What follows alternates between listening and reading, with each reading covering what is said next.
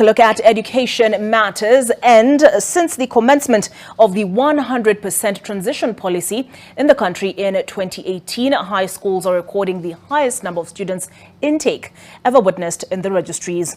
This influx of Form 1 students has exerted pressure on boarding and learning facilities in schools, with school heads opting to put up new infrastructure to house the last cohort of Form 1s in the 844 system. NTV's Sydney Chazima paints a picture of the logistical nightmare facing secondary schools in the country. On the first day of Form 1 admission across the country, parents and their now Form 1 children had to contend with long queues, snaking their way under the scorching sun as they sought to complete the process of admission. The unusual long queues have been attributed to the 100% transition, a policy rolled out in 2018 that has seen more and more students enrolled to high school. This is the very last group of the 844 system. In fact, we are no longer talking about 100%, we're talking about all, because we want them to access a quality education. This influx of students has pressed learning institutions into putting up measures that will aid in increasing capacity to host the large number of students.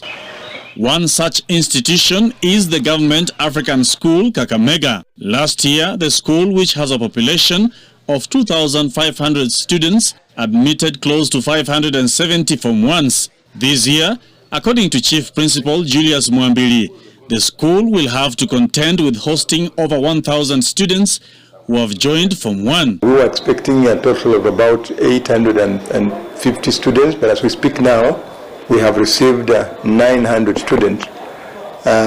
This is because of the desire for the school. The demand is high. But despite the large numbers, Mwambili affirms that this is an eventuality they had prepared for. We were prepared for this.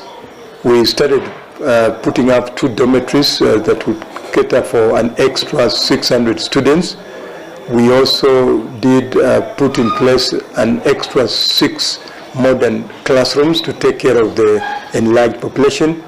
And we also put in place other requirements. The case of the bloated number of admissions appears to have affected each and every school in the country. In Nairobi, State House Girls has so far admitted close to 400 students.